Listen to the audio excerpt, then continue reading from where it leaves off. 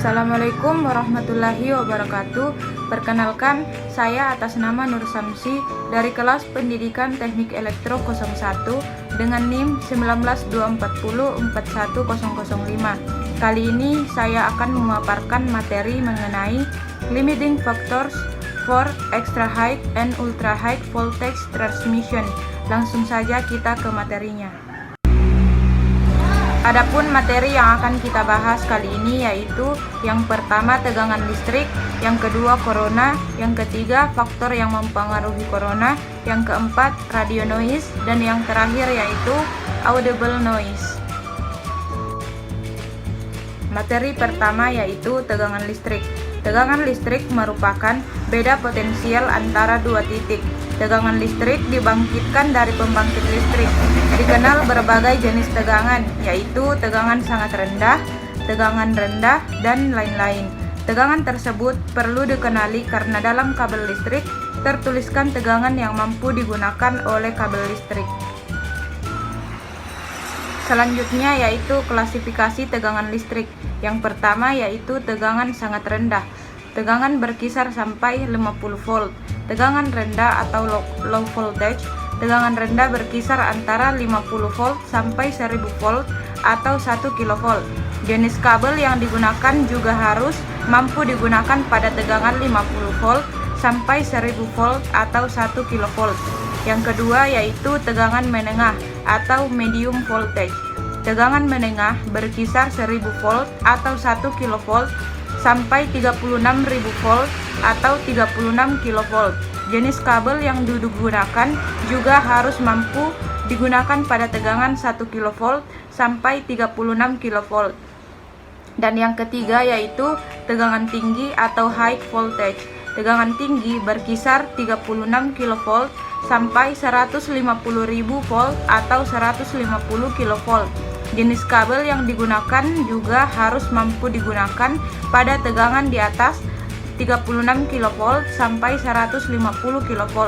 Dan yang keempat yaitu tegangan ekstra tinggi atau high extra voltage. Tegangan berkisar di antara 150 kV sampai 750 kV. Jenis kabel yang digunakan juga harus mampu digunakan pada tegangan di atas 150 kV sampai 750 kV. Dan yang terakhir yaitu tegangan ultra tinggi atau high ultra voltage. Tegangan ultra tinggi berkisar di atas 750 kV. Jenis kabel yang digunakan juga harus mampu digunakan pada tegangan di atas 750 kV. Selanjutnya yaitu corona.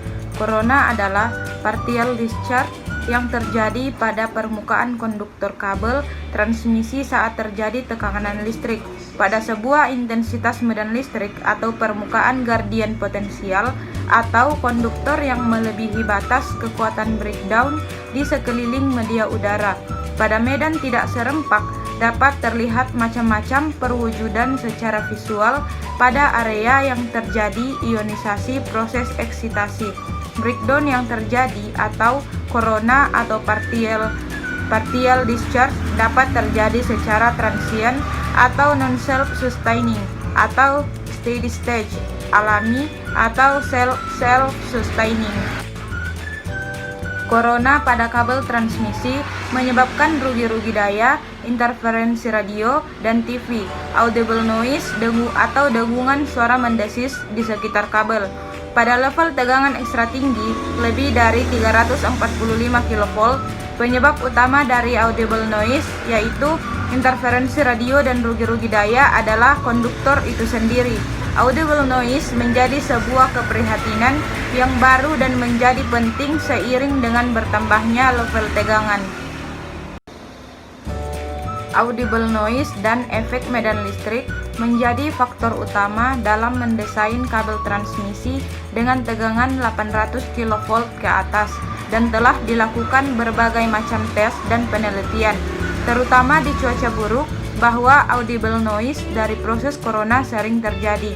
Pada kondisi baik atau cuaca normal, konduktor secara normal bekerja di bawah level terdeteksinya corona. Oleh karena itu, sedikit sumber corona muncul. Pada kondisi basah, tetesan air pada konduktor menyebabkan korona yang banyak dan menghasilkan suara ledakan. Pada tegangan UHV atau lebih dari 1000 kV, audible noise menjadi faktor di lingkup aspek desain. Selanjutnya yaitu faktor yang mempengaruhi korona. Jika rasio jarak antara konduktor dan radius dari konduktor kurang dari 15, flashover akan mengambil tempat konduktor sebelum fenomena korona terjadi. Sejak dari saluran atas tanah rasio ini lebih besar dari 15, flashover bisa dipertimbangkan sebagai sesuatu yang mustahil di bawah keadaan normal. Pada tingkat tegangan tertentu, faktor yang mempengaruhi korona termasuk konfigurasi saluran, tipe konduktor, kondisi permukaan konduktor, dan cuaca. Medan dekat konduktor bagian tengah lebih besar daripada medan dekat dengan konduktor bagian luar terjadi pada konfigurasi horizontal. Hal ini menyebabkan korona lebih besar daripada dua konduktor lain. Jika konduktor tidak memiliki jarak yang sama, gradien permukaan dari konduktor, dan karena itu rugi-rugi korona tidak sama. Juga tinggi konduktor yang mempengaruhi rugi-rugi korona. Semakin tinggi letak konduktor, semakin kecil rugi-rugi korona. Rugi-rugi korona sebanding dengan frekuensi tegangan. Oleh karena itu, rugi-rugi korona paling tinggi terjadi pada frekuensi tertinggi. Rugi-rugi korona di frekuensi 60 Hz adalah lebih besar dari 50 Hz. Selanjutnya yaitu radio noise. Segala gangguan yang tidak diinginkan yang terjadi sepanjang band frekuensi radio, seperti gelombang elektrik yang tidak diinginkan pada segala saluran atau peralatan transmisi. Itu merupakan definisi umum dari radio noise atau RN ini. Proses peluahan korona menghasilkan pulsa arus atau tegangan pada konduktor-konduktor saluran. Spektrum frekuensi pada pulsa seperti itu sangat besar sehingga dapat digolongkan sebagai sebuah porsi yang signifikan dari band radio frekuensi dari 3 Hz hingga 30.000 MHz. Hal ini menyebabkan radio interference dan television interference termasuk di radio noise itu sendiri. Pada gardu induk, radiasi radio frekuensi noise dan audible noise induksi korona secara kontinu dapat dikontrol dengan menggunakan hardware bebas korona dan perisai untuk konduktor tegangan tinggi dan koneksi-koneksi peralatan, dan dengan memperhatikan bentuk-bentuk konduktor mengeliminasi sudut. Materi terakhir yaitu audible noise. Audible noise yang dihasilkan korona pada konduktor dalam sistem transmisi telah menjadi faktor desain yang signifikan bila tegangan pada sistem transmisi dinaikkan. Pada cuaca buruk, audible noise pada saluran transmisi lebih sering terjadi. Pada cuaca normal, konduktor biasanya beroperasi di bawah level inception korona dan sangat sedikit keberadaan sumber korona. Oleh karena itu, emisi dari sebuah rancangan yang baik, konduktor UHV yang dibundel pada cuaca baik sangat sedikit. Pada cuaca yang basah, ledakan noise dihasilkan dari tetesan air yang mengenai atau berkumpul pada konduktor menghasilkan discharge atau peluahan korona yang besar. Oleh karena itu, keberadaan audible noise menjadi salah satu masalah yang paling serius dari pembatasan penggunaan UHV. Itulah tadi pemaparan materi dari saya. Semoga apa yang saya sampaikan dapat bermanfaat bagi teman-teman sekalian, dan kurang dan lebihnya mohon dimaafkan.